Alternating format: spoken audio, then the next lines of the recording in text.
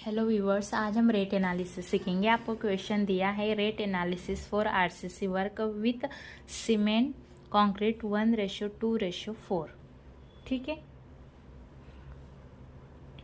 तो देखिए ये आरसीसी वर्क है, तो इसमें आपको वॉल्यूम नहीं दिया हुआ है, तो आपको वॉल्यूम अज्यूम करना है। जैसे यहाँ पे नहीं दिया है तो वहाँ पे लिखा है take volume equal to 10 metre cube. ठीक है, यदि आपको किसी भी क्वेश्चन में वॉल्यूम नहीं दिया है तो आप अपने हिसाब से जो भी आपको अज्यूम करना है वो कर सकते हैं। तो यहाँ पे मैंने अज्यूम किया हुआ है 10 मीटर क्यूब। आपको पता है वॉल्यूम की फर्स्ट स्टेप क्या रहती है कि उसमें ऐड करना पड़ता है आपको आरसीसी के लिए 52% फॉर वॉइड्स और 1+ फॉर वेस्टेज और अनइवननेस। ठीक है, तो आपने यहाँ पे वॉल्यूम निकाला टोटल 10 इंटू 1.52, आपका टोटल वॉल्यूम निकला 22.8 मीटर क्यूब। अब आपको सबसे पहली स्टेप आती है क्वांटिटी ऑफ सीमेंट। आपने सीमेंट की क्वांटिटी निकाल रही, टोटल वॉल्यूम और ये जो रेशो दिया है सीमेंट कंक्रीट का वो दिया हुआ है 1:2:4।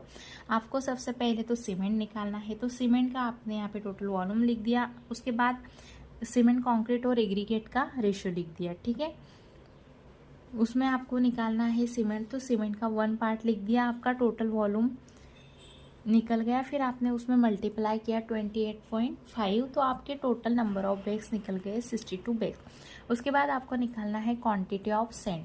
आपने सेंड की क्वांटिटी भी सेम वही निकालना है, बस आपको चेंज करना है जो रेशियो दिया हुआ है वो। जैसे सीमेंट का निकालना है तो 1 पार्ट सीमेंट, सेंड का निकालना है तो जो भी सेंड का सेकंड नंबर पे जो भी आपका डिजिट दिया हुआ है, जैसे 2 दिया हुआ है तो आपका जो नंबर है सेंड के वो कितने हैं, 2 है, तो आपने सेंड की क्वांटिटी निकाल रही है। उसी तरह से आपको पता है कि एग्रीगेट की सेंड सीमेंट एग्रीगेट तीनों आपने निकाल लिया हुआ है। ठीक है, अब आपको लास्ट में निकालना है क्वांटिटी ऑफ स्टील।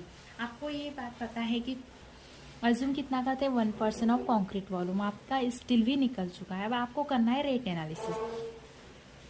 ठीक है, तो आपको सबसे पहले रेट एनालिसिस में आता है, फर्स्ट टेबल आता है आपका कॉस्ट ऑफ मटेरियल। ठीक है, यदि आपको ये जो कॉस्ट ऑफ मटेरियल मतलब कि उसमें मटेरियल कौन सा यूज़ किया हुआ है और उसका कॉस्ट कितना है और उसका टोटल अमाउंट कितना है, तो आप यदि ये इतना आप नहीं भी निकालते हो तो ये इसकी कोई ज़रूरत नहीं है। यदि आपको टोटल आता है डायरेक्टली भी आप ये टेबल बना के, यदि आपके पास एग्जाम में टाइम कम है तो आप यहाँ से ही स्टार्ट कर सकते हो। इसे कैलकुलेटर में निकालिए और डायरेक्टली आप क्वांटिटी यहाँ पे पुट कर सकते हो। ठीक है, और आपके पास यदि टाइम है तो आप इतना प्रोसेस निकाल सकते हो। ठीक है, अब आपने इतने सारे क्वेश्चन सॉल्व किया तो आपको ये निकालना बहुत ईजी से आता होगा।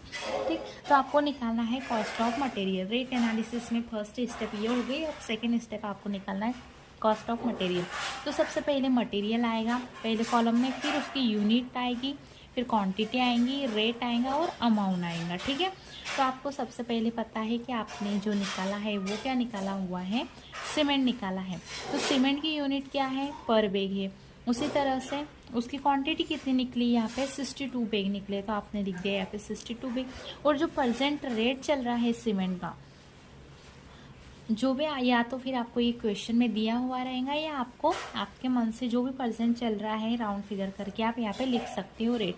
यहाँ पे 300 रुपये रेट चल रहा है। ठीक है, तो यहाँ पे 62 इंटू 300 मतलब आपके पास जो सीमेंट के बैग हो कितने हैं, 62 है, और उसका जो रेट है वो कितना है, 300 है, तो आपके पास यहाँ पे टोटल अमाउंट आ गया। उसी तरह से आपका सेकेंड था सेंड। सेंड की क्वांटिटी क्या है, मीटर क्यूब है, उसमें यूनिट क्या हुआ है 4.34, मतलब जो उसकी क्वांटिटी है 4.34 ये दी हुई है। उसका रेट है 1200, तो आपको ये टोटल मिल गया सेंड का अमाउंट। उसी तरह से एग्रीगेट और सेम उसी तरह से स्टील का टोटल दिया हुआ है। फिर आपको निकालना है इसका टोटल, ये यहाँ पे टोटल हो गया। फिर आपको सेकंड स्टेप आती है, थर्ड वाले स्टेप आते हैं कॉस्ट ऑफ लेबर।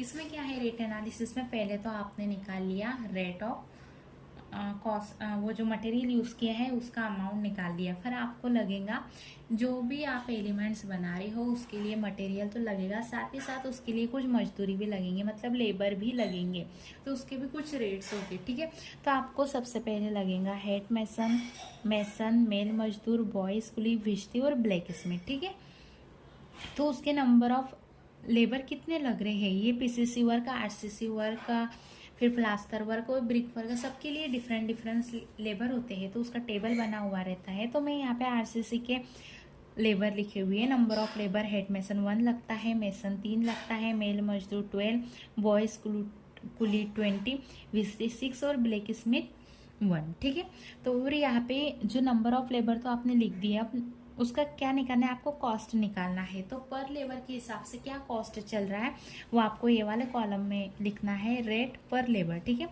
तो आपने लिख लिया हेड मैसन के 400, मैसन के 350, मेल मजदूर के 250, बॉयज और कुली के 200, बिस्ती 200 और ब्लैक स्मिथ 400। ठीक है, अब नंबर ऑफ लेबर से इसका क्या करना है, आपको मल्टीप्लाई करना है और आपका टोटल अमाउंट यहाँ पे आ गया।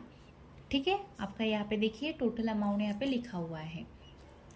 उसी तरह से ये आपका दोनों पार्ट्स निकल गए, cost of material plus cost of labour. अब आपको दोनों को क्या करना है, प्लस करना है, cost of material plus cost of labour. ये आपका इतना टोटल निकल चुका है। अब आपको करना है ये टोटल में ऐड करना है 10% फॉर कॉन्ट्रैक्टर। ये आपने कॉन्ट्रैक्टर का इस टोटल में 10% ऐड किया और उसको मल्टीप्लाई किया, तो ये आपका ये वाला अमाउंट आया। ठीक उसी तरह से add 1.5% for work charge establishment. ये वर्क चार्ज इस्टेब्लिशमेंट क्या होता है, यदि आप जहाँ पर भी आपकी कंस्ट्रक्शन साइट चल रही है वहाँ पे कुछ एक्स्ट्रा वर्क या कुछ छोटे छोटे वर्क के लिए जो भी चार्ज लगता है वो होता है। ठीक है, तो ये आपने टोटल का ले लिया 1.5%। ठीक है, तो आपका ये निकल गया। अब इसको तीनों चीज़ों को, ये आपका टोटल और ये दोनों कॉन्ट्रैक्टर का और ये वर्क चार्ज, तीनों को प्लस करके आपको ग्रैंड टोटल निकालना है, 10 से डिवाइड करना है। देखिए 1.5% फॉर वर्क चार्ज इस्टेब्लिशमेंट के लिए ऐड कर लिया, फिर उसका निकल गया।